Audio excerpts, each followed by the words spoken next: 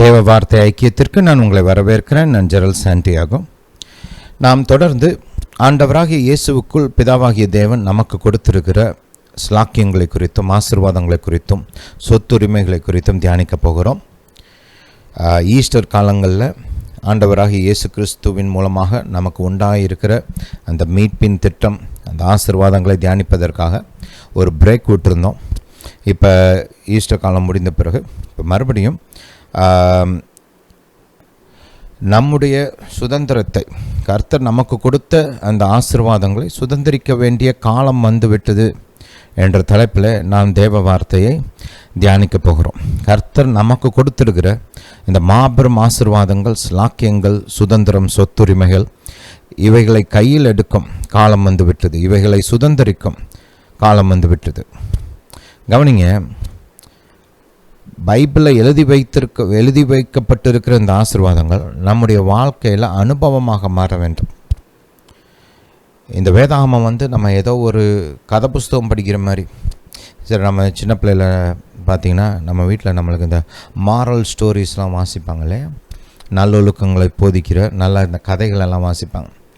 In fact நீங்கள் ஸ்கூல்லெல்லாம் பார்த்துருப்பீங்க, ஸ்கூல்லெல்லாம் சொல்லி கொடுத்துருப்பாங்க. ஒரு நல்ல கதையை வாசிச்சுட்டு what is the moral of the story அப்படின்னு ஒரு கேள்வி வேறு கேட்பாங்க இல்லையா? அந்த மாதிரி மட்டும் படிக்கக்கூடாது பைபிளில். பைபிள் ஆஃப்கோர்ஸ் நல்ல மாரல்ஸ் சொல்லி கொடுக்கப்படுகிறது. ஆனால் பைபிளை கர்த்தர் நமக்கு கொடுத்துருக்கிறதுக்கு ஒரு பெரிய காரணம் இருக்கிறது. அவர் பைபிளில் போதித்திருக்கிற அந்த நன்மைகள், ஆசீர்வாதங்கள், ஸ்லாக்கியங்கள், சொத்துரிமைகள், இவைகள்லாம் நம்முடைய வாழ்க்கையில் நமக்கு பலிக்க வேண்டும் என்று அவர் விரும்புகிறார். இப்போ பாருங்கள், கர்த்தர் ஆபிரகாமுக்கு ஆசீர்வாதத்தை கொடுத்துருக்கிறார். அதை ஏன் பக்கம் பக்கமாக எழுதி வச்சிருக்கிறாரு, ரைட்?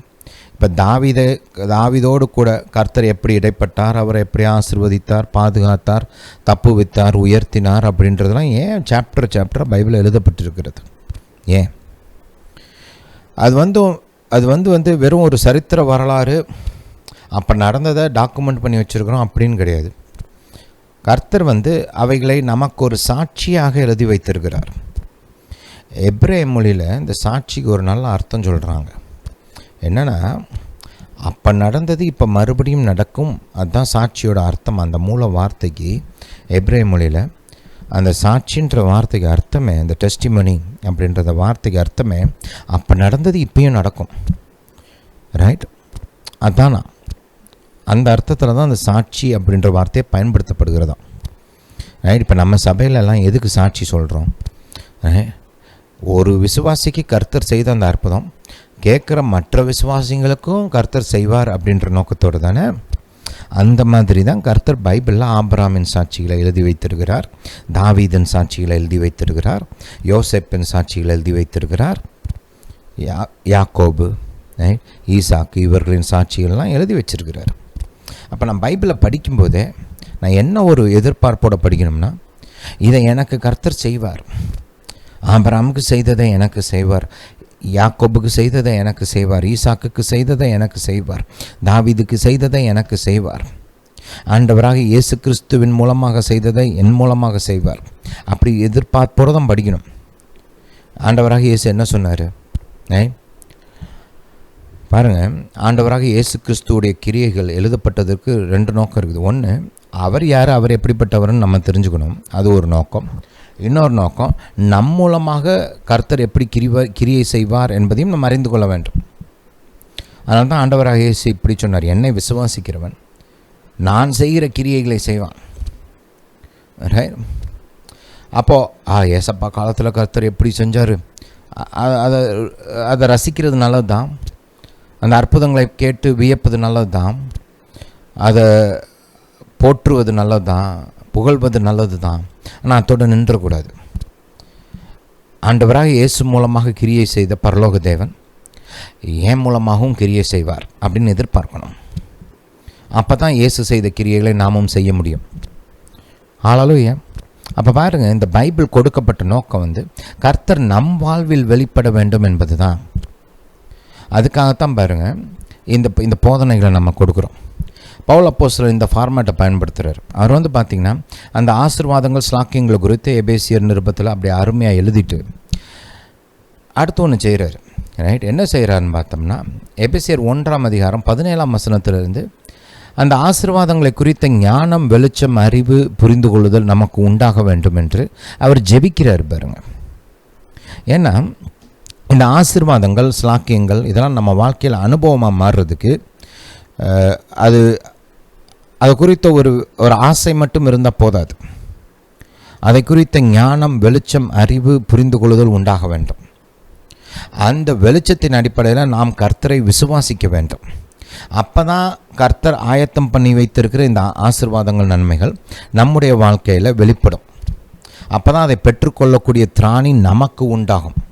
கர்த்தர் நம்மளை ஆசீர்வாதங்களை சுதந்திரிப்பதற்கு தகுதிப்படுத்திட்டார். இப்போ நான் செய்ய வேண்டிய வேலை என்ன? அது என்னன்னு கண்டுபிடிக்கணும். அதை எப்படி வாழ்க்கையில் பெற்று அனுபவிக்க வேண்டும் என்பதை கண்டுபிடிக்கணும். அதை எப்படி என் வாழ்க்கையில் செயல்படுத்துவது அப்படின்றதெல்லாம் கண்டுபிடிக்கணும். இப்போ உதாரணத்துக்கு பாருங்கள், இந்த பூமி உருவாக்கப்பட்ட காலத்தில் இருந்த எலக்ட்ரிசிட்டிலாம் இருக்குது, ரைட்?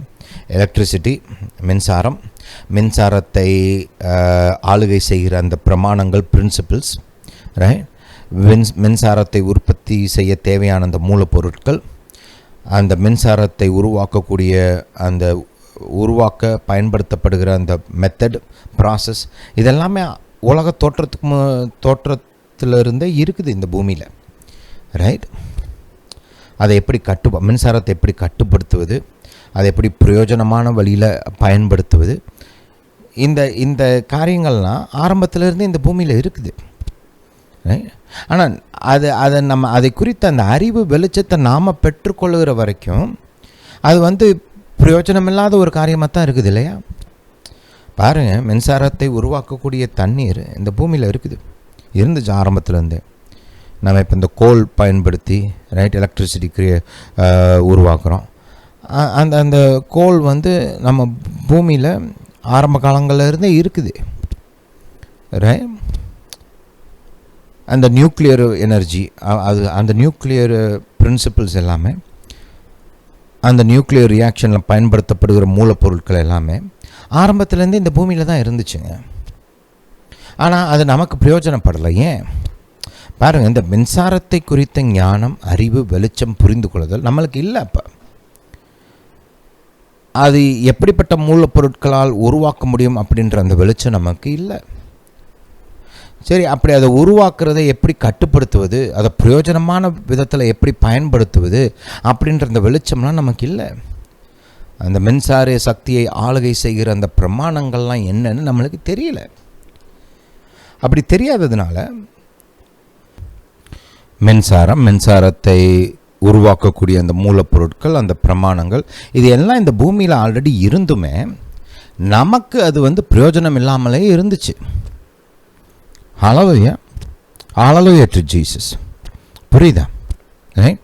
அதே போல் தான் இந்த கர்த்தர் நமக்காக ஏற்படுத்தி வைத்திருக்கிற இந்த ஆசீர்வாதங்களும். கர்த்தர் ஏராளமாய் தாராளமாய் நமக்கு இயேசு கிறிஸ்துவின் மூலமாக ஆசீர்வாதங்களையும், ஸ்லாக்கியங்களையும், அதிகாரங்களையும், ஆளுகைகளையும் ஏற்படுத்தி வைத்திருக்கிறார். இந்த வாழ்க்கையில் நாம் சுதந்திரிக்க வேண்டிய ஆசீர்வாதங்கள் எவ்வளவோ இருக்குது.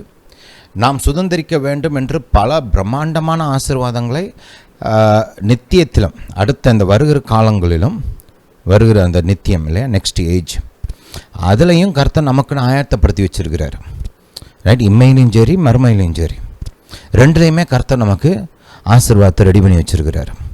ஒரு சில வசனங்களை வாசிச்சுட்டு நம்ம ரிவ்யூ பண்ணுவோம். ஏன்னா நிறைய கேப் வந்துருச்சு இல்லையா? அதனால் ஒரு சில வசனங்களை வாசிச்சுட்டு நம்ம ஜெபிச்சு, இன்றைக்கி கர்த்தர் எனக்கு குறிப்பான ஒரு பாயிண்ட்டை மனசில் வச்சுருக்கிறாரு. அந்த காரியத்தை குறித்து இன்றைக்கி நம்ம பார்ப்போம், ரைட்?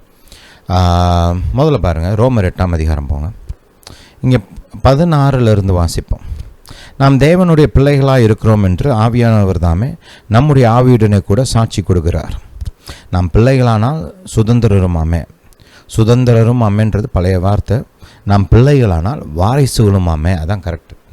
இன்றைக்கி நம்மளுக்கு வழங்குற மாதிரி வார்த்தை வாரிசு, ரைட்? நாம் பிள்ளைகளானால் வாரிசுகளும் ஆமே, தேவனுடைய சுதந்திரரும் வாரிசுகளும், கிறிஸ்துவுக்கு உடன் சுதந்திரருமாமே, கிறிஸ்துவுக்கு உடன் வாரிசுகளுமாமே, கிறிஸ்துவுடனே கூட நாம் மகிமைப்படும்படிக்கு அவருடனே கூட பாடுபட்டால் அப்படி ஆகும். சரி, அப்போ இங்கே நம்ம பார்க்குறோம், நாம் தேவனுடைய பிள்ளையாக இருக்கிறோம். பிள்ளையாக இருப்பதினால் வாரிசுகளாக இருப்பதினால் இயேசுவோடு கூட உடன் வாரிசு, ரைட். வாரிசுனால் ஏதாவது சொத்து இருக்கணும். சொத்து இருந்தால் தான் வாரிசு. சொத்து இல்லைன்னா அப்புறம் என்ன வாரிசு இல்லையா?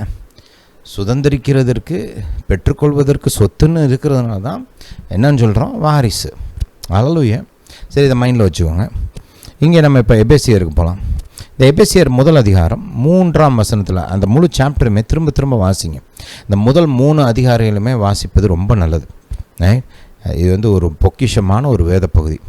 அதனால் டைம் எடுத்து நல்லா ஜெபத்தோடு வாசிங்க. 3ஆம் வசனத்தை பார்ப்போம். நம்முடைய கர்த்தராகிய இயேசு கிறிஸ்துவின் பிதாவாகிய தேவனுக்கு ஸ்தோத்திரம். அவர் கிறிஸ்துவுக்குள் உன்னதங்களிலே ஆவிக்குரிய சகல ஆசீர்வாதத்தினாலும் நம்மை ஆசீர்வதித்திருக்கிறார். ரைட். அல்லேலூயா. அடுத்து பாருங்கள், இந்த முழு சாப்டர் வாசிங்க. அநேக காரியங்கள் இருக்குது. கலாத்தியர் 3க்கு போங்க. கலாத்தியர் 3க்கு போனோம்னா 13-14 வாசிப்போம். மரத்திலே தூக்கப்பட்ட எவனும் சபிக்கப்பட்டவன் என்று எழுதியிருக்கிறபடி கிறிஸ்து நமக்காக சாபமாகி நியாயப்பிரமாணத்தின் சாபத்திற்கு நம்மை நீங்களாக்கி மீட்டு கொண்டார். ஆபிரகாமுக்கு உண்டான ஆசீர்வாதம் கிறிஸ்து இயேசுவினால் புறஜாதிகளுக்கு வரும்படியாகவும் ஆவியை குறித்து சொல்லப்பட்ட வாக்குத்தத்தத்தை நாம் விசுவாசத்தினாலே பெறும்படியாகவும் இப்படி ஆயிற்று. பாருங்கள், ஆபிரகாமுக்கு கர்த்தர் கொடுத்த அதே ஆசீர்வாதங்கள் நம்ம வாழ்க்கையிலையும் ஒர்க் ஆகணும்னு கர்த்தர் விரும்புகிறார். நாமும் ஆபிரகாம் ஆசீர்வதிக்கப்பட்ட விதமாகவே ஆசீர்வதிக்கப்பட வேண்டும் என்று விரும்பி ஆண்டவராகிய இயேசுவுக்குள் ஆபிரகாமுக்கு கர்த்தர் கொடுத்த ஆசீர்வாதத்தை நமக்கு கொடுத்துருக்கிறார். ரைட். அடுத்த ஒரு வசனத்தை பார்ப்போம். 2 பேதுரு 1ஆம் அதிகாரம் 2 மற்றும் 3ஆம் வசனங்களை வாசிப்போம். தேவனையும் நம்முடைய கர்த்தராகிய இயேசுவையும் அறிகிற அறிவினால், இங்கேயும் பாருங்கள் அந்த பாயிண்ட், முக்கியமான பாயிண்ட் என்ன, கர்த்தரை குறித்த அறிவு. ரைட். கர்த்தராகிய இயேசுவையும் அறிகிற அறிவினால் உங்களுக்கு கிருபையும் சமாதானமும் பெருக கடுவது. தம்முடைய மகிமையினாலும் காருண்யத்தினாலும் நம்மை அழைத்தவரை அறிகிற அறிவினாலே ஜீவனுக்கும் தேவபக்திக்கும் வேண்டிய யாவற்றையும் அவருடைய திவ்ய வல்லமையானது நமக்கு தந்தருளினதும் அன்றி, ஆல்ரெடி கொடுத்துட்டாராம் கர்த்தர். தன்னுடைய திவ்ய வல்லமையின் மூலமாக வாழ்க்கைக்கு தேவையான காரியங்களையும் தேவ பக்திக்கு தேவையான காரியங்களையும் கொடுத்துட்டாராம் ஆல்ரெடி. ரைட். நமக்கு வந்து பார்த்திங்கன்னா 1 கொரிந்தியர் 2ஆம் அதிகாரம் எப்படி பேசுகிறது, அதை கொஞ்சம் வாசிப்போம். 1 கொரிந்தியர் 2 9ஆம் வசனத்தை வாசிப்போம். எழுதியிருக்கிறபடி தேவன் தம்மில் அன்பு கூறுகிறவர்களுக்கு ஆயத்தம் பண்ணினவைகளை கண் காணவும் இல்லை, காது கேட்கவும் இல்லை, அவைகள் மனுஷனுடைய இருதயத்தில் தோன்றவும் இல்லை. நமக்கோ தேவன் அவைகளை தமது ஆவியினாலே வெளிப்படுத்தினார். பாருங்கள், புத்திக்கு எட்டாத அளவுக்கு ஆசீர்வாதங்களை கர்த்தர் நமக்கு இம்மையிலும் சரி மறுமையிலும் சரி ரைட் நமக்கு ஏற்படுத்தி வைத்திருக்கிறார். ஒரு வசனத்தை பார்ப்போம். கொலாசியருக்கு எழுதப்பட்ட நிருபம் 1 அதிகாரம் 12 மற்றும் 13ஆம் வசனங்களை வாசிப்போம். ஒளியில் உள்ள பரிசுத்தவான்களுடைய சுதந்திரத்தில், அதாவது சொத்தில் பங்கடைவதற்கு நம்மை தகுதியுள்ளவர்கள் ஆக்கினவரும் இருளின் அதிகாரத்தினின்று நம்மை விடுதலையாக்கி தமது அன்பின் குமாரனுடைய ராஜ்யத்திற்கும் உட்படுத்தினோருமாயிருக்கிற பிதாவை ஸ்தோத்திரிக்கிறோம். நம்முடைய பரலோக பிதா என்ன பண்ணாராம், நம்மை வந்து பரிசுத்தவான்களுடைய சொத்தில், சுதந்திரம்னா சொத்து, ரைட், சொத்தில் பங்கடைவதற்கு தகுதியுள்ளவர்களாக்கினாராம். பாருங்கள், சொத்து கொடுத்ததும் இல்லை மட்டுமல்ல, அந்த சொத்தை பெற்று அனுபவிப்பதற்கு நம்மளை தகுதிப்படுத்தி இருக்கிறார். ஹல்லேலூயா டு ஜீசஸ். சரி, அடுத்த இன்ட்ரோடக்ஷனில் கடைசியாக இன்னொரு வசனத்தை பார்ப்போம். கவனிங்க. வெளிப்படுத்தின சுவிசேஷம் 21ஆம் அதிகாரம் 5ஆம் வசனத்திலிருந்து வாசிப்போம். சிங்காசனத்தின் மேல் வீற்றிருந்தவர், இதோ நான் சகலத்தையும் புதிதாக்குகிறேன் என்றார்.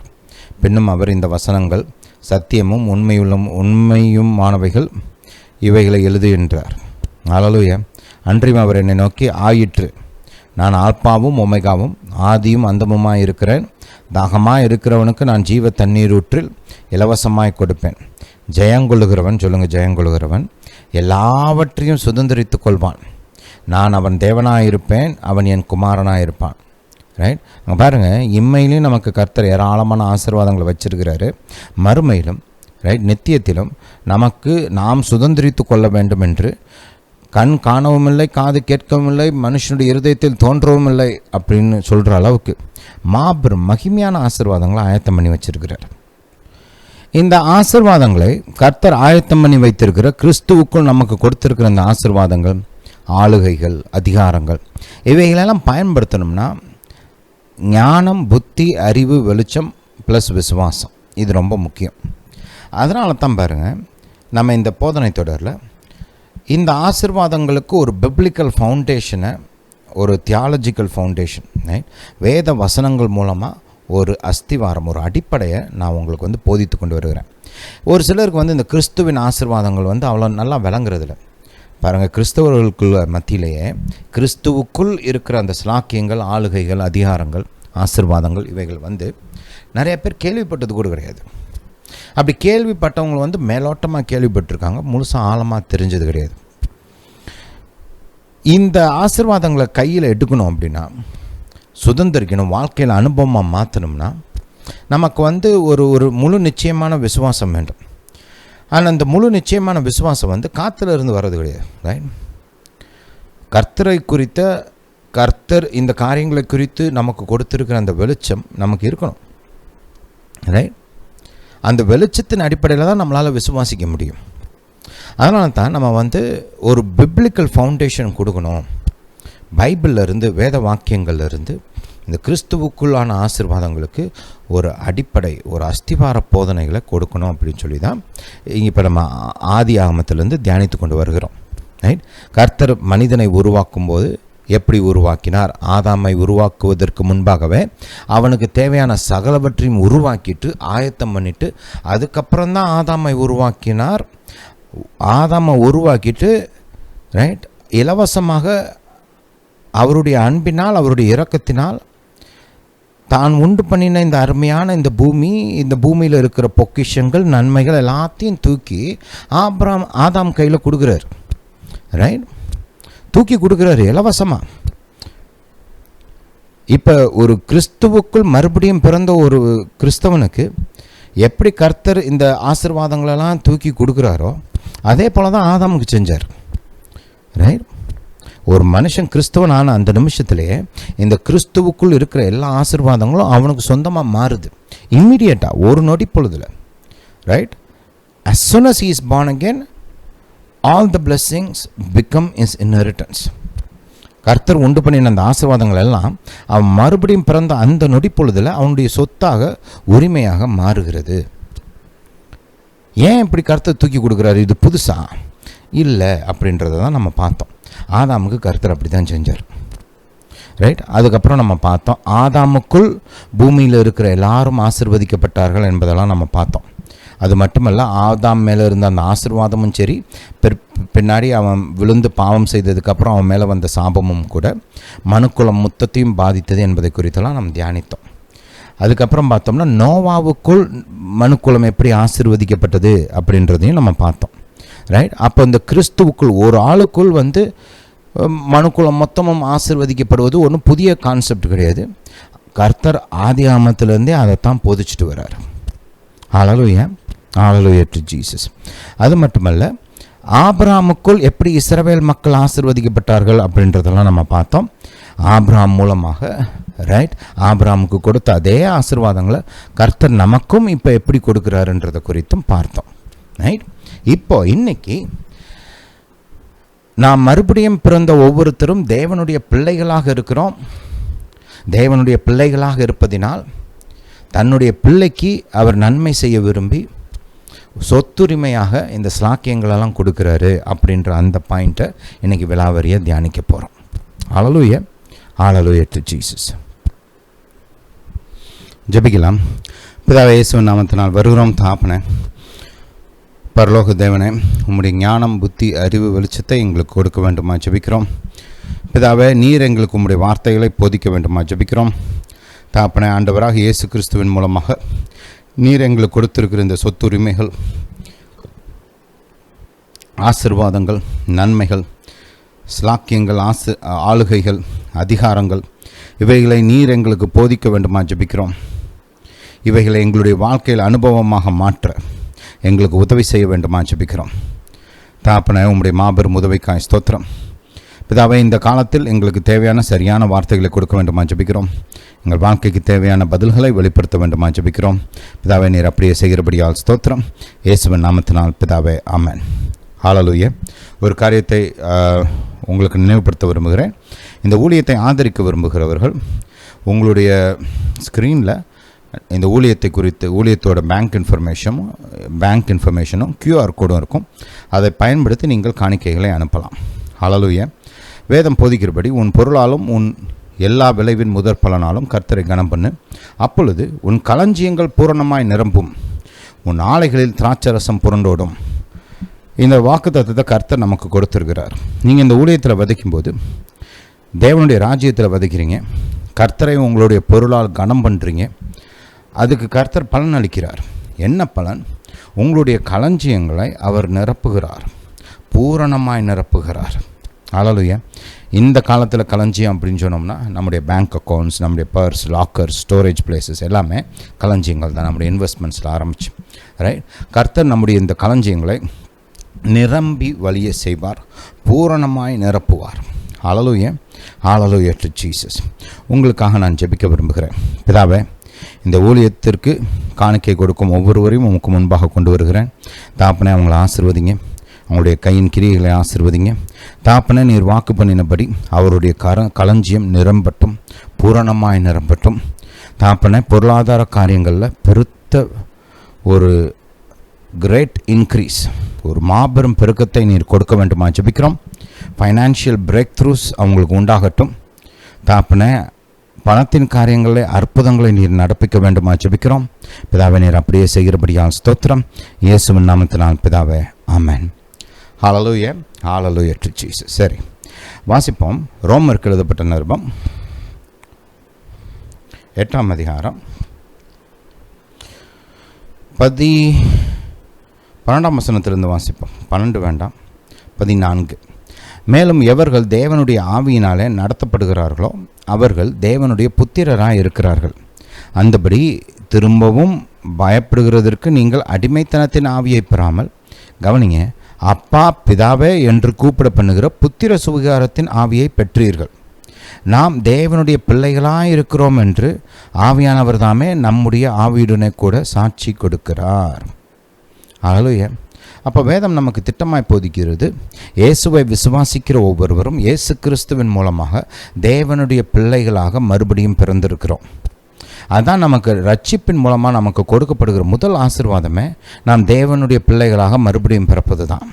ஹல்லேலூயா. பாருங்கள், ரட்சிப்பு என்பது வெறும் பாவ மன்னிப்பு மட்டும் கிடையாது. நம்முடைய பாவங்கள் மன்னிக்கப்பட்டு நாம் இரத்தத்தினால் கழுவப்படுகிறோம். அதே நேரத்தில் தேவனுடைய பிள்ளையாக, தேவனுடைய சாயல்ல ரூபத்தில் உருவாக்கப்பட்ட தேவனுடைய பிள்ளையாக மறுபடியும் பிறக்கிறோம். அது ரொம்ப முக்கியமான ஒரு ஆசீர்வாதம். பாருங்கள், இந்த 3 ஆசீர்வாதங்களை நான் கேட்வே பிளெஸ்ஸிங்ஸ்ன்னு சொல்லுவேன். கேட்வே பிளெஸ்ஸிங்ஸ்னால், இப்போ பாருங்கள், பாவ மன்னிப்பு, தேவ பிள்ளையாக, கர்த்தருடைய பிள்ளையாக மறுபடியும் பிறப்பது, நீதியின் ஈவு, ரைட், கிஃப்ட் ஆஃப் ரைச்சுவஸ்னஸ்.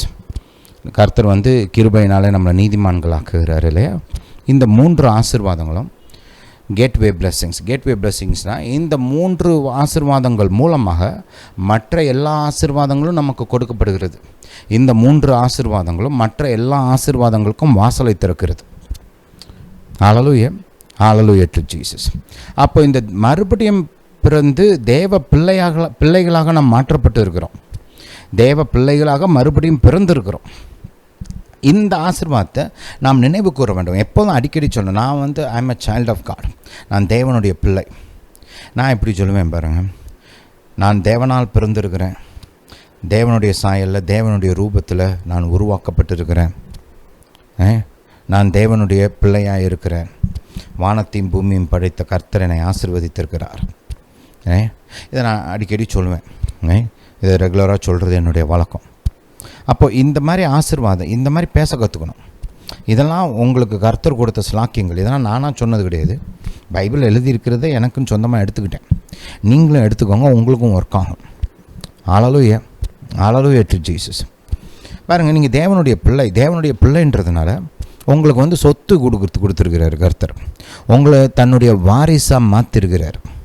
இப்போ இங்கே பாருங்கள், 17ஆம் வசனத்தை கவனிங்க. நாம் பிள்ளைகளானால் சுதந்திரமாமே. ஏற்கனவே சொன்ன மாதிரி சுதந்திரமாமேன்றது ரொம்ப பழைய வார்த்தை, நம்ம மைண்டில் இதெல்லாம் பதிகிறதே கிடையாது. இதை இப்படி வாசித்து பாருங்கள், அந்த சுதந்திரன்ற இடத்துல வாரிசுன்னு போட்டு பாருங்கள், நல்லா பதியும். ரைட். நாம் பிள்ளைகளானால் வாரிசுகளுமாமே, தேவனுடைய வாரிசுகளும் கிறிஸ்துவுடனே கூட உடன் வாரிசுமாம் இருக்கிறோம். ஹல்லேலூயா. நல்லா விளங்குது இல்லையா, நல்லா பதியுது. ரைட். அப்போ ஏன் நமக்கு சொத்துரிமை கொடுத்துருக்கிறார் கர்த்தர்னா, நாம் அவருடைய பிள்ளைகள். நான் கர்த்தருடைய பிள்ளைன்றதை நீங்கள் ஆழமாக நம்பணும். அப்படி ஆழமாக நம்புனீங்கன்னா இந்த ஆசீர்வாதங்களை கையில் எடுக்கிறதுக்கு உங்களுக்கு ஈஸி. இப்போ என் பிள்ளைகளுக்கு என் வீட்டில் இருக்கிற காரியத்தை, ஏதாவது ஒரு காரியம் இருக்குது, ஏதோ சாப்பாடாக இருக்கட்டும், இல்லை அவங்களுக்கு தேவையான பொருட்களாக இருக்கட்டும், போய் எடு அப்படின்னு சொன்னோம்னா அவங்க ஐயோ நான் எப்படி போய் எடுக்கிறது, எனக்கு அதுக்கெலாம் தகுதி இல்லை. ரைட். அதுக்கு நான் என்ன வேலையாக பார்த்தேன், காசாக சம்பாரித்தேன், நானாக வாங்கினேன், அதை நான் எப்படி போய் எடுக்கிறது அப்படின்லாம் என் பயலுக்கு சொல்லவே மாட்டாங்க. அநேக நேரத்தில் நம்மள்ட்ட கேட்கக்கூட மாட்டாங்க. அவங்களாம் வருவாங்க, வேணுன்றதை எடுத்துக்குவாங்க. பிள்ளைன்றதுனால உரிமை இருக்குது.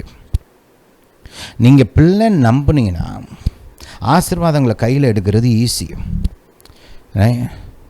பிள்ளைன்ற நம்பிக்கை உங்களுக்குள்ளே இல்லைன்னா கஷ்டம்தான். அப்புறம் முதல்ல நீங்கள் நல்லா பற்றிக்கொள்ள வேண்டிய சத்தியம் என்ன தெரியுமா? இயேசுவின் மூலமாக நான் தேவனுடைய பிள்ளை. இதை நீங்கள் விசுவாசிச்சிங்கன்னா ஆசீர்வாதங்களை தைரியமாக எடுத்துக்கொள்வதும் தைரியமாக ஜெபிப்பதும் உங்களுக்கு சுலபமாக மாறும். நான் கர்த்தருடைய பிள்ளை, எனக்கு கர்த்தர் உரிமை கொடுத்துருக்கிறாரு அப்படின்ற அந்த எண்ணம் உங்களுக்குள்ளே வந்துருச்சுன்னா உங்கள் விசுவாசம் பலப்படும். ஒரு போல்டு ஃபெய்த் உங்களுக்குள்ளே உண்டாகும். ஹல்லேலூயா. Hallelujah to Jesus. சரி, கவனிங்க, ஒரு சில வசனங்களை நம்ம பார்ப்போம். இப்போ பிள்ளைகளானால் சுதந்திரமாமே, ஏன் சொத்து கொடுத்துருக்காரு? பிள்ளை, அதனால் சொத்து கொடுத்துருக்கிறாரு. ரைட். கர்த்தருடைய பிள்ளை, அதனால் கர்த்தருடைய வாரிசு. பாருங்கள், பிள்ளைகளானால் வாரிசுகளுமாமே, தேவனுடைய வாரிசுகளும் கிறிஸ்துவோடு கூட உடன் வாரிசுகளும். இப்போ கிறிஸ்து தேவனுடைய குமாரன், அவர் கூட நான் உடன் வாரிசாக இருக்கணுமா, நானும் கர்த்தருடைய பிள்ளையாக மாற்றப்படணும். கர்த்தருடைய பிள்ளையாக மாறாமல் எப்படி நான் கிறிஸ்து கூட உடன் வாரிசாக இருக்க முடியும்? கிறிஸ்து யார்? தேவகுமாரன். அப்போ தேவகுமாரன் கூட நான் உடன் வாரிசாக இருக்கணும்னா நானும் தேவனுடைய பிள்ளையாக மாற்றப்பட்டு இருந்தாலொழிய முடியாது இல்லையா? அதனால தான் கர்த்தர் அந்த ஆர்டரை கரெக்டாக எழுதியிருக்கிறார் பாருங்கள். முதல்ல இயேசுவை விசுவாசிப்பதன் மூலமாக நான் தேவனுடைய பிள்ளையாக மாற்றப்பட்டிருக்கிறேன், தேவனுடைய பிள்ளையாக மறுபடியும் பிறந்திருக்கிறேன். இப்போ பிள்ளைன்றதுனால கர்த்தரை நான் வாரிசாக ஆக்கியிருக்கிறார் இல்லையா? அப்போ வாரிசுன்றதுனால இயேசு கிறிஸ்துவோடு கூட உடன் வாரிசாகவும் மாறியிருக்கிறேன். புரியுதா? ஹல்லேலூயா. சரி, ஒரு சில வசனங்களை வாசிப்போம். இப்போ இந்த வாரிசுன்றது, தாப்பன் தன்னுடைய பிள்ளைகளுக்கு சொத்து கொடுப்பதுன்றது கர்த்தருடைய எண்ணம், யோசனை. இதை நீங்கள் பைபிளில் பல இடங்களில் பார்க்கலாம். உதாரணத்துக்கு ஆதியாகமத்துக்கு போங்க. ஆதியாகமம் 25ஆம் அதிகாரம் போங்க.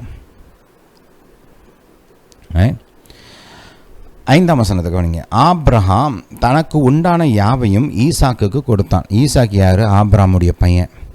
தனக்கு உண்டான அந்த சொத்து, ஐஸ்வர்யம், செல்வம், வேலைக்காரர்கள், ரைட், தொழில் எல்லாத்தையும் தூக்கி ஈசாக்குக்கு கொடுத்தான். ஈசாக்கு அதை என்ன சம்பாதிச்சாரா? கிடையாது, ஆபிரகாம் சம்பாதிச்சதெல்லாம். ஆனால் ஈசாக்கு ஆபிரகாமோட பிள்ளை. ஆபிரகாமுடைய பிள்ளையாக இருக்கிறதுனால ஆபிரகாமுடைய வாரிசாக இருக்கிறார்.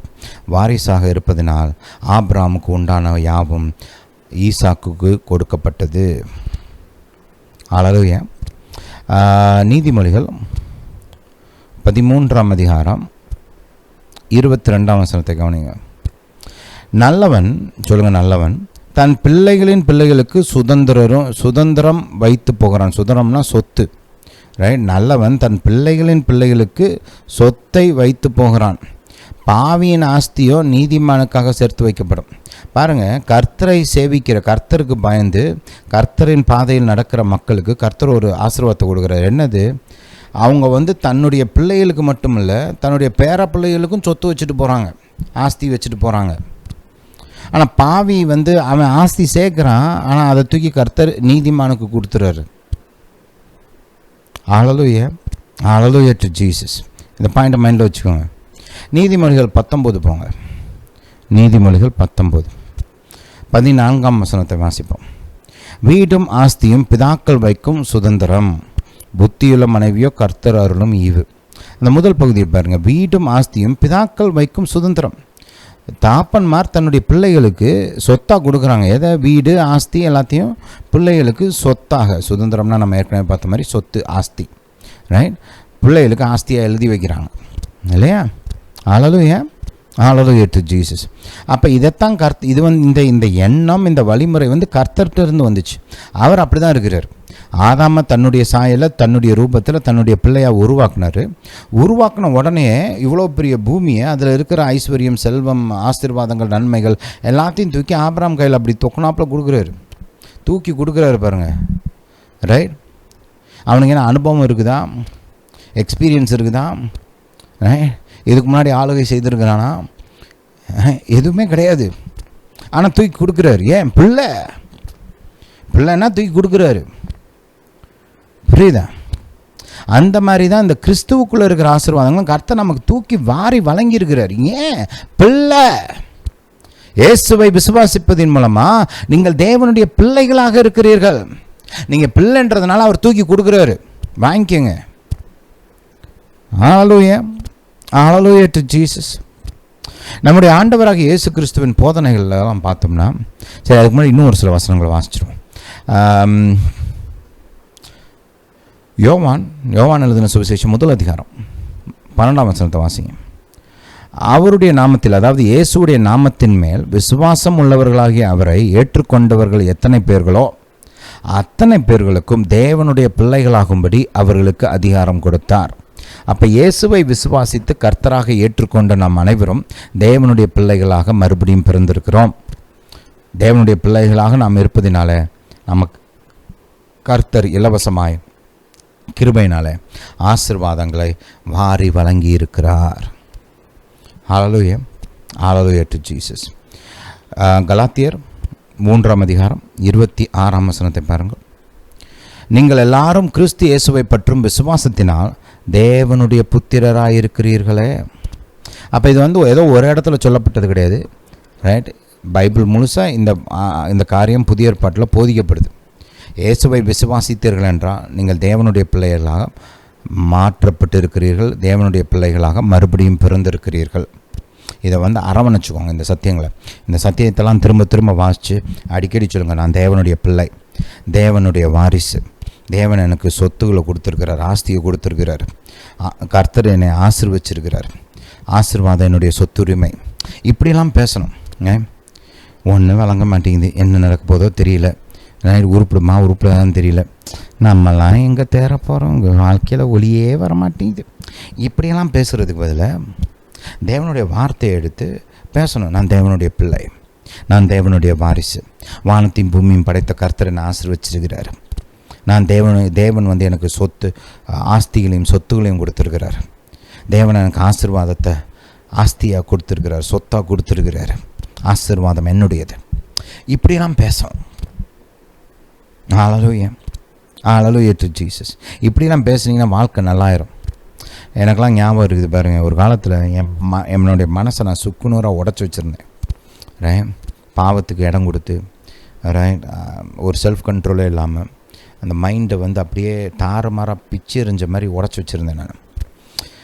அப்போது கர்த்தர் எனக்கு இந்த அவருடைய வார்த்தை, அந்த வார்த்தையில் இருக்கிற வல்லமை, விசுவாசத்தினாலே அறிக்கை செய்வது, இதெல்லாம் சொல்லி கொடுத்துட்டு இருந்தார். அப்போல்லாம் உட்காந்து சொல்லிக்கிட்டே இருப்பேன் பாருங்கள். திரும்ப திரும்ப திரும்ப திரும்ப திரும்ப எனக்கு கிறிஸ்துவின் சிந்தை உண்டாயிருக்குது. கர்த்தர் எனக்கு தெளிந்த புத்தியை கொடுத்துருக்கிறார், பரிசுத்த ஆவியானவர் எனக்குள்ளே இருக்கிறார், கிறிஸ்து எனக்கு ஞானமாகி மாறி இருக்கிறார், right? Christ has become to me wisdom from God, right? அந்த மாதிரி அதை சொல்லிகிட்டே இருப்பேன். இந்த மாதிரி வசனங்கள்லாம், நான் தேவனுடைய பிள்ளை, தேவனுடைய ஜீவன் எனக்குள்ளே இருக்குது, தேவ ஜீவன் என்னுடைய சிந்தையை மாற்றி டெவலப் பண்ணிகிட்டு இருக்குது, ரைட்? இப்படிலாம் சொல்லிக்கிட்டே இருப்பேன். இன்றைக்கி வரைக்கும் சொல்லிகிட்டு தான் இருக்கிறேன். கர்த்தர் என் மைண்டை அப்படியே மாற்றினார் தெரியுமா? மைண்டை சூப்பராக மாற்றிருக்கிறார். என் கூட படித்தவங்க அவங்களாம் சொல்லுவாங்க, ஜெரியோட மைண்டு இந்த நடக்கிறது கிடையாது, வேகமாக ஓடும் அப்படின்னா, ஃபாஸ்ட் மைண்ட் அப்படின்னு சொல்லுவாங்க. நானாக சொல்லிக்கிட்டதில்லை, அவங்க சொல்லுவாங்க. மற்றவங்க சொல்கிற மாதிரி கர்த்தர் மாற்றினார். உடச்சி வச்சுருந்தேன் என் மனசை. ஆனால் மற்றவங்களாம் என்னுடைய மனதுடைய திறனை ப்ரைஸ் பண்ணுற அளவுக்கு பப்ளிக்காக, ரைட்? அந்த மாதிரி கர்த்தர் மாற்றினார், ரைட்? புரியுது? எப்படி வந்துச்சு தெரியுமா? அது கர்த்தர் இயேசுவுக்குள்ளே எனக்கு கொடுத்த அந்த ஆசீர்வாதங்களை எடுத்து சொல்லிக்கிட்டே இருப்பேன். இன்றைக்கி ஒரு நாளில் 24 மணி நேரம் என் கூட இருந்தீங்கன்னா அநேக நேரங்களில் தேவ வசனத்தை நான் சொல்லிகிட்டு இருக்கிறத நீங்கள் கேட்க முடியும். ஒரு நாளைக்கு ஒரு தடவைலாம் கிடையாது, பல முறை பல வசனங்களை எடுத்து சொல்லிக்கிட்டே இருப்பேன், ரைட்? புரியுதா? ஏன்? கர்த்தர் எனக்கு கொடுத்துருக்கிறார்ல, அவர் கொடுத்தது எனக்கு வேணும். நான் அவர் பிள்ளை, அவர் எனக்கு கொடுத்ததெல்லாம் நான் அனுபவிக்கணும். அவர் கொடுத்த ஆசீர்வாதங்கள் என் வாழ்க்கையில் உண்மையாகணும், என் அனுபவமாக மாறணும். அதனால் சொல்கிறேன், நீங்களும் சொல்லுங்கள். உங்களுக்கும் தான் கர்த்தர் எழுதி வச்சுருக்கிறார். இதெல்லாம் எடுத்து சொல்லுங்கள், உங்களுக்கும் உண்டாகும். என்ன சொல்கிறீங்களோ அது அப்படியே நடக்கும். ஏன்னா நீங்கள் பேசுகிறது உங்களுடைய சுயமாக நீங்களாக கற்பனை பண்ணி என்னத்தையோ வளருதில்லை. தேவன் உங்களுக்கு கொடுத்த ஆசீர்வாதத்தை, இயேசுவின் மூலமாக உங்களுக்கு கொடுத்துருக்கிற ஆசீர்வாதத்தை எடுத்து நீங்கள் பேசும்போது கர்த்தர் நீங்கள் சொன்னபடியே செய்வார். நீங்கள் பேசினபடியே செய்து முடிப்பார். உங்கள் வாயின் வார்த்தைகளை உங்கள் வாழ்க்கையில் அனுபவமாக உருவாக்குவார். புரியுதா? அதுக்கு தான் பேசுகிறோம். ஹல்லேலூயா டு ஜீசஸ். சரி, இதை மைண்டில் வச்சுக்கோங்க.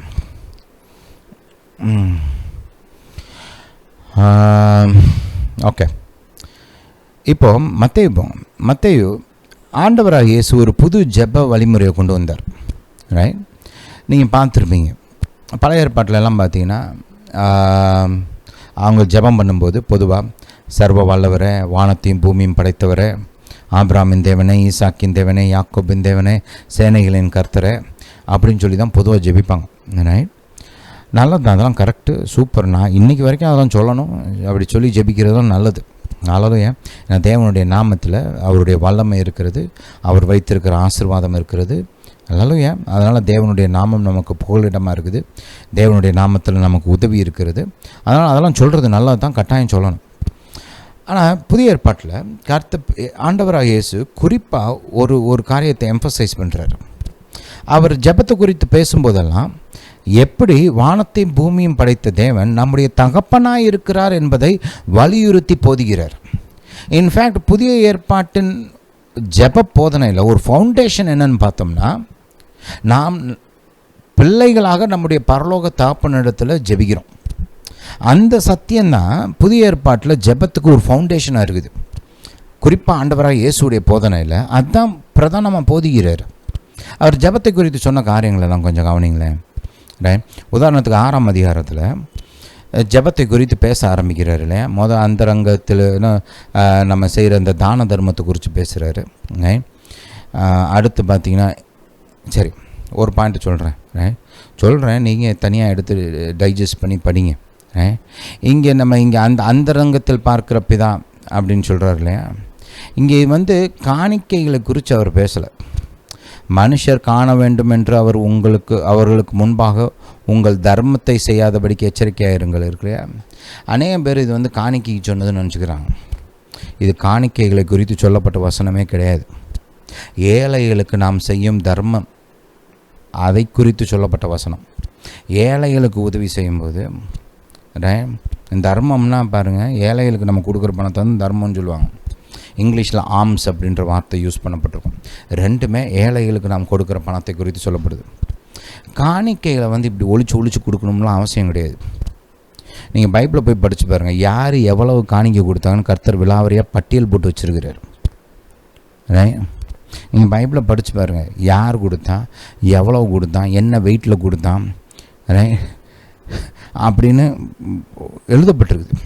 பைபிளில் காணிக்கைகளை படிக்கும்போது யாரும் ஒழிச்சு மறைச்செல்லாம் கொண்டு வரல. கர்த்தரை கனம் பண்ணும் விதத்தில் ஓப்பனாக தான் கொண்டு வந்து எல்லோரும் காணிக்கைகளை கொடுத்தாங்க. ஹல்லேலூயா. காணிக்கைகளை கொடுக்கும்போது தம்பட்டம் அடிச்சுட்டு கொடுங்கன்னு சொல்ல வரல. காணிக்கைகளை நம்ம ஒழிச்சு கொடுக்கணும்னு அவசியம் கிடையாது, ரைட்? ஓப்பனாக கொடுக்கலாம் காணிக்கைகள்லாம்.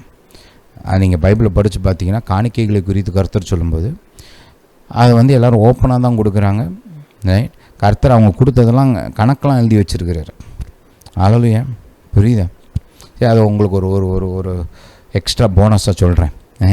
அதை நீங்கள் பைபிள் வாசிக்கும்போது அது குறிப்பாக கவனித்து படிங்க, உதவியாக இருக்கும். ஹல்லேலூயா. சரி, இப்போ இங்கே கவனிங்க, என்ன சொல்கிறாரு பாருங்கள், 4ஆம் வசனத்தை பாருங்கள். அப்பொழுது அந்தரங்கத்தில் பார்க்கிற உன் பிதா ஏசப்பா இங்கே வந்து ஒரு புது கான்செப்டை கொண்டு வர்றாரு. அந்தரத்தில் பார்க்கும் பரலோக தேவன் சொல்லலை. பிதா வந்து பரலோக தேவன் தான். ஆனால் அவர் வலியுறுத்துகிற பயன்படுத்துகிற அந்த நாமத்தை பாருங்கள். அப்பொழுது அந்தரங்கத்தில் பார்க்கிற உன் பிதா தாமே உனக்கு வெளியரங்கமாய் பலனளிப்பார்.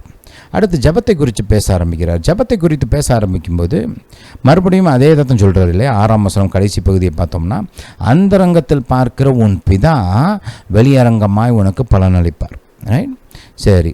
அப்புறம் 10ஆம் வசனத்தில் நம்ம இந்த பரலோக கர்த்தருடைய ஜெபம் இருக்கு இல்லையா, த லார்ட்ஸ் ப்ரேயர்னு சொல்கிறோம். இந்த ஜெபத்தை வந்து கர்த்தர் போதிக்கும்போது ஒரு புது விதமாக ஜெபிக்கணும்னு இன்ட்ரடியூஸ் பண்ணுறாரு. ரைட், என்ன சொல்லி ஆரம்பிக்கிறாருன்றதை கொஞ்சம் பாருங்கள். 9ஆம் வசனம், நீங்கள் ஜெபம் பண்ண வேண்டிய விதமாவது பரமண்டலங்களில் இருக்கிற எங்கள் பிதாவே. ரைட், மறுபடியும் அந்த பிதான்ற அந்த கான்செப்டை கொண்டு வர்றாரு. நீ ஜெபிக்கும்போது ஒரு மைண்டோடு ஜெபிக்கணும். யார்கிட்ட ஜெபிக்கிறோம்? Yes, we are praying to the God of heaven and earth. ஆனால் அந்த God of heaven and earth என்னுடைய பிதா. என் பிதான் மனசில் வச்சுக்கிட்டு ஜெபி. பிதான்னு கூப்பிடு. அவர் உன்னை பிள்ளையாக பார்ப்பார். பிள்ளைக்கு செய்கிற மாதிரி உனக்கு செய்வார். அதான் பாயிண்ட்டு. நான் இந்த புதிய ஏற்பாட்டின் ஜெபத்திற்கு ஒரு ஃபவுண்டேஷன் என்னென்னா, பரலோக தேவன் பிதாவாக இருக்கிறார், நாம் அவருடைய பிள்ளைகளாக இருக்கிறோம். இந்த தகப்பன் பிள்ளை உறவு தான் இந்த புதிய ஏற்பாட்டு ஜெபத்துக்கு ஒரு அடித்தளமாக அஸ்திவாரமாக இருக்கிறது. ஹல்லேலூயா, ஹல்லேலூயா டு ஜீசஸ். இந்த பாயிண்ட்டை நல்லா பிடிச்சிக்கோங்க. உங்கள் ஜெப வாழ்க்கை நல்லாயிருக்கும். ரைட், சரி. அப்படியே சொல்லிகிட்டே வராரு, எங்களுக்கு வேண்டிய ஆகாரத்தை இன்று எங்களுக்கு தாரும்.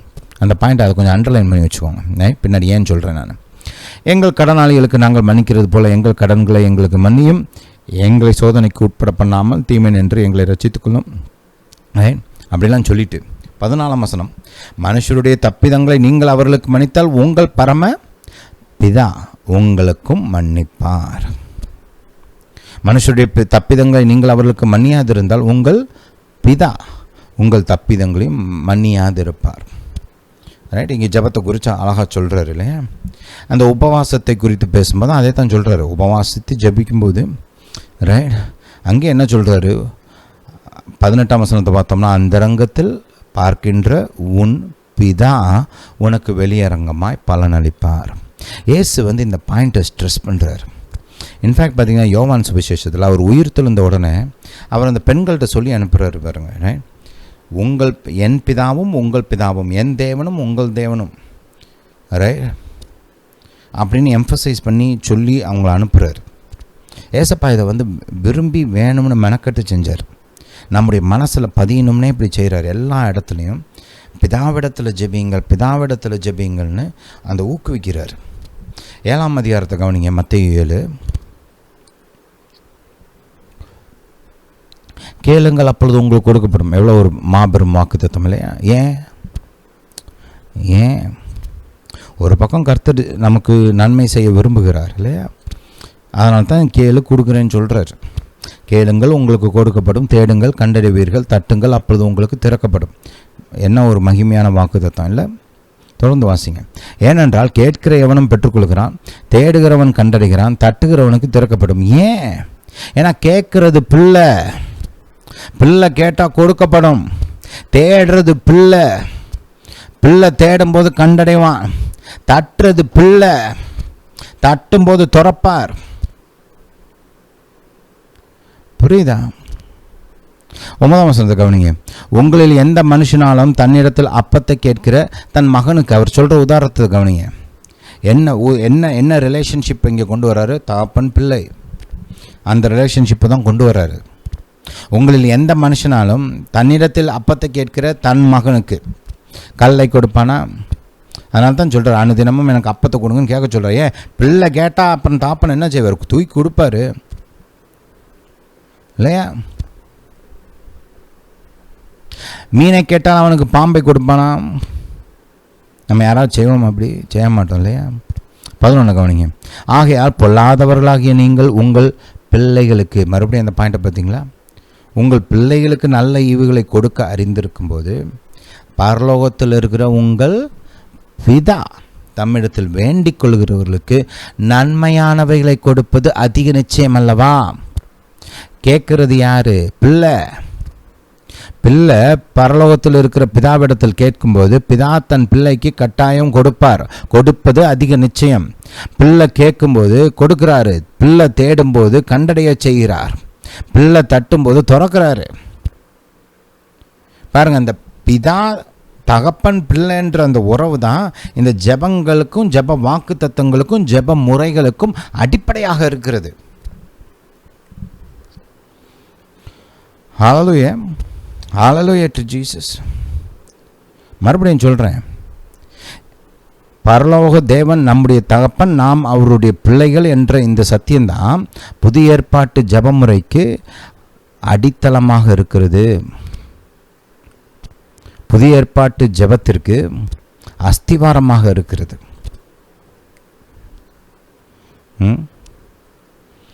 புரியுதா?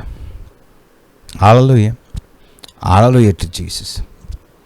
யோவான் போங்க, யோவான் 16. நம்மளுக்கெல்லாம் தெரிந்த ஒரு வசனம் தான், இருந்தாலும் வாசிப்போம். நான் பிதாவின் அடுத்து 23, 16, 23. அந்த நாளிலே நீங்கள் என்னிடத்தில் ஒன்றும் கேட்க மாட்டீர்கள். மெய்யாகவே மெய்யாகவே நான் உங்களுக்கு சொல்கிறேன், நீங்கள் என் நாமத்தினாலே யாரிடத்தில் பிதாவின் இடத்தில் கேட்டுக்கொள்வது எதுவோ அதை அவர் உங்களுக்கு தருவார். ஏன்? நீங்கள் சந்தோஷமாக இருக்கணும், நல்லா இருக்கணும், உங்களுக்கு நன்மை உண்டாகணும், என் பிள்ளை நல்லா இருக்கணும், என் பிள்ளை சந்தோஷமாக இருக்கணும், என் பிள்ளைக்கு நல்லது நடக்கணும் அப்படின்னு நம்முடைய பரலோக தகப்பன் விரும்புகிறார். அதனால் தூக்கி கொடுக்குறாரு. புரியுதா? இதை காம்ப்ளிகேட் பண்ணாதீங்க. எந்த அளவுக்கு ஒரு பச்சை குழந்தை மாதிரி இந்த சத்தியங்களை எடுத்து இறுக பற்றி கொள்கிறீங்களோ அந்த அளவுக்கு உங்கள் ஜெப வாழ்க்கை நல்லாயிருக்கும். இதில் 1008 கேள்விக்குரிய நீங்களாம் போட்டுக்கிட்டிங்கன்னா ஜெபம் அப்புறம் கஷ்டம்தான். கர்த்தர் சொன்ன சத்தியத்தை அப்படியே எடுத்துக்கணும். ஒரு பச்சை குழந்தை மாதிரி விசுவாசிக்கு பழகணும். ஏசப்பா அப்படி தான் நம்மளுக்கு சொல்லி கொடுத்துருக்கிறார். என் பிள்ளைகள்டலாம் ஏதாவது சொன்னேன்னா சொல்கிறத அப்படியே எடுத்துக்குவாங்க. வந்து கேட்பாங்க, இது கரெக்டாக தப்பா? ஒரு காரியத்தை நான் கரெக்டுன்னு சொன்னேன்னா அப்படியே எடுத்துக்குவாங்க. ஏன்? அப்பா மேலே நம்பிக்கை. இது நல்லது இல்லைடா அப்படின்னா நல்லது இல்லைன்றாங்க. சின்ன வயசுலேருந்து அப்படி தான். புரியுதா? நம்முடைய தாப்பன் நமக்கு இந்த வாக்கு தத்தங்களெல்லாம் தூக்கி கொடுத்துருக்கிறாரு. அப்பட்டமா அப்படியே நம்பணும். பிதா சொல்லியிருக்கிறார்ல, கேட்டால் கொடுப்பேன்ருக்கிறார்ல. பிதா என்னுடைய தாப்பன் தானே, பரலோக தேவன் என் தாப்பன் தானே, நான் அவருடைய பிள்ளை தானே, எனக்கு உரிமை கொடுத்துருக்கிறார்ல, என்னை வாரிசு ஆக்கியிருக்கிறார்ல, நான் கேட்டால் கொடுப்பார்ல. அந்த ஒரு தைரியத்தை வளர்த்துக்கணுங்க. சொல்லுங்கள், கர்த்தாவே சொல்லிக் கொடுங்க, உம்முடைய பிள்ளையாக நான் இருக்கிறேன்ற சத்தியத்தை எனக்கு போதிங்க, எனக்கு வெளிப்படுத்துங்க. உம்முடைய சாயலில் உம்முடைய ரூபத்தில் உருவாக்கப்பட்டிருக்கிறேனே, இதெல்லாம் எனக்கு சொல்லிக் கொடுங்க. என் மனசில் இது விளங்கட்டும், இதை குறித்த ஞானத்தை எனக்கு கொடுங்க. நீங்கள் என்னை வாரிசாக மாற்றிருக்கிறீங்களே, இது என்ன, இது எப்படி, இதை நான் எப்படி பயன்படுத்துறதுன்னு சொல்லிக் கொடுங்க. ஜெபிக்கிறதெல்லாம் இப்படி ஜெபிக்கணுங்க. இதெல்லாம் ஜெபிச்சிங்கன்னா வாழ்க்கை அப்படியே பிரைட்டாயிரும், எதிர்காலம் பிரகாசமாயிரும். இந்த மாதிரி காரியங்களை குறித்து கர்த்தர்கிட்ட பேசி நீங்கள் ஜெபிச்சிங்கன்னு வச்சுக்கோங்களேன், உங்கள் வாழ்க்கையெல்லாம் ஓஹோன்னு மாறிடும். ஹல்லேலூயா, ஹல்லேலூயா டு ஜீசஸ். ஏன் இதெல்லாம் நம்ம பார்த்தோம்னா, நீங்கள் பிள்ளைன்றதுனால கர்த்தர் செஞ்சிருக்கிறாரு, செய்கிறாரு, இனியும் செய்வார். ஹல்லேலூயா, ஹல்லேலூயா டு ஜீசஸ். அப்போ கர்த்தர் இந்த கிறிஸ்துவுக்குள்ளே உங்களுக்கு அந்த ஆசீர்வாதங்களை ஏன் கொடுத்துருக்கிறாரு? நீங்கள் அவருடைய பிள்ளை, அதனால் உங்களை வாரிசாக்கியிருக்கிறாரு. அதனால் கிறிஸ்துவுக்குள்ளே இருக்கிற இந்த ஆசீர்வாதங்களெல்லாம் உங்களுக்கு வச்சுருக்கிறாரு. கிறிஸ்து இந்த ஆசீர்வாதங்களெல்லாம் சம்பாதிச்சதுக்கு காரணமே நீங்கள் தான். நமக்கு கொடுக்கணும்னு சொல்லி தான் கிறிஸ்து இந்த ஆசீர்வாதங்களெல்லாம் சம்பாதிச்சார். நோக்கமே அதுதான். புரியுதா? ஹல்லேலூயா, ஹல்லேலூயா டு ஜீசஸ். சரி, அடுத்த வாரம் தொடர்ந்து இந்த காரியங்களை குறித்து தியானிப்போம். அவங்களுக்காக ஜெபிக்க விரும்புகிறேன். பிதாவை இயேசுவின் நாமத்தினால் வருகிறோம். தாப்பனை கேட்டுக்கொண்டிருக்க ஒவ்வொருவரையும், என்னுடைய சத்தத்தை கேட்டுக்கொண்டிருக்க ஒவ்வொருவருக்காகவும் இயேசுவின் நாமத்தினால் வருகிறேன். தாப்பனை, நீர் உம்முடைய பலத்த கரத்தை நீட்டி இவர்களை குணமாக்க வேண்டுமா ஜெபிக்கிறேன். உம்முடைய குணமாக்கும் வல்லமை இவர்கள் சரீரத்தில் பாயட்டும். உச்சன் தலை முதல் உள்ளங்கால் வரை இருக்கிற எல்லா வலி, வேதனைகள், வியாதிகள், பலவீனங்கள் மறையட்டும். இயேசுவின் நாமத்தினாலே தெய்வீக சுகம் உண்டாகட்டும். இயேசுவின் நாமத்தினாலே பலவீனங்கள் மாறட்டும். இயேசுவின் நாமத்தினாலே சரீரத்தில் பலன் உண்டாகட்டும், ஜீவன் உண்டாகட்டும். பிதாவே, நல்ல ஆரோக்கியத்தை கொடுங்க, நீடித்த ஆயுளால் திருப்திப்படுத்துங்க. உம்முடைய மக்கள் சாகக்கூடாது தாப்பனே. உம்முடைய மக்கள் நல்லா ரொம்ப நாளைக்கு இருக்கணும், இருந்து நீர் கொடுத்துருக்கிற அந்த சித்தத்தை நிறைவேற்றி முடிக்கணும். முடிச்சுட்டு தான் கிளம்பணும், அதுக்கு முன்னாடி யாரும் போகக்கூடாது. பிதாவே, இந்த மக்களை ஆசீர்வதிங்க, இவங்களுக்கு நன்மை செய்யுங்க தாப்பனை. ஒவ்வொருவரையும் அவங்களுடைய வேலையில், அவங்களுடைய தொழிலில், அவங்களுடைய ஊழியங்களில் ஆசீர்வதிங்க.